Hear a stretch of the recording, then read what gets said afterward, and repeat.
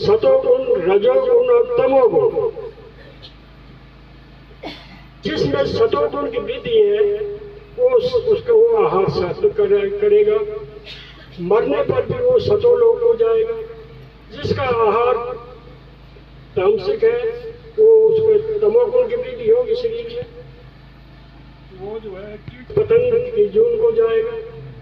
जिसका राजस आहार है वो रजोगुण में उत्पन्न होगा, परंतु होगा मनुष्य।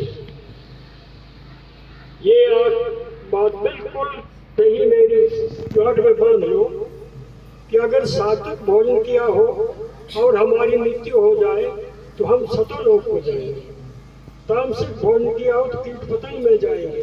अगर तामसिक भोजन किया है तो कीट पतंग में जाएंगे, अधोई गति में जाएंगे। अगर राजस भोजन किया है तो हम जो है मनुष्य लोक में आएंगे। ये बिल्कुल सही बात है, इसलिए इन चीजों का निषेध है। तीसरा कारण ये है कि हम ब्रह्म उसको कहते हैं ब्राह्मण सो जो ब्रह्म जने, जन्म से तो ब्रह्म है, जो ब्रह्म का ज्ञान ही नहीं है वो ब्राह्मण कैसे। जो ब्राह्मण जन्म पा करके मांस मदिरा खा रहा है, जो ब्राह्मण योनि में आकर के प्याज लहसुन खा रहा है, वो जो है वो इन कर्मों में नहीं बैठ सकता, वो नरक का गामी होता है। वो अगर प्याज लहसुन करके ये कथा बचाएं, वाचन करें पंडित जी, तो अधोगति हो जाएगी। हम संध्या गायत्री करेंगे तामसिक भोजन करके, हम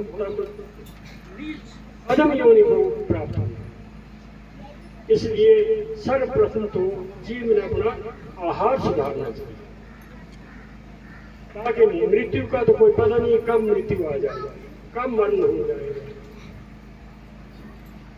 इसलिए आप लोगों को मैं ये सबको ये बताऊं कि उस चीज से जो है वो मनुष्य केवल स्वाद नहीं, स्वाद भी कुछ नहीं है। स्वाद आहार तो जीवन रखने के लिए करना होता है, स्वाद के लिए नहीं होता। इसीलिए जो हमारे अगर बुजुर्ग लोग यहाँ बैठे हैं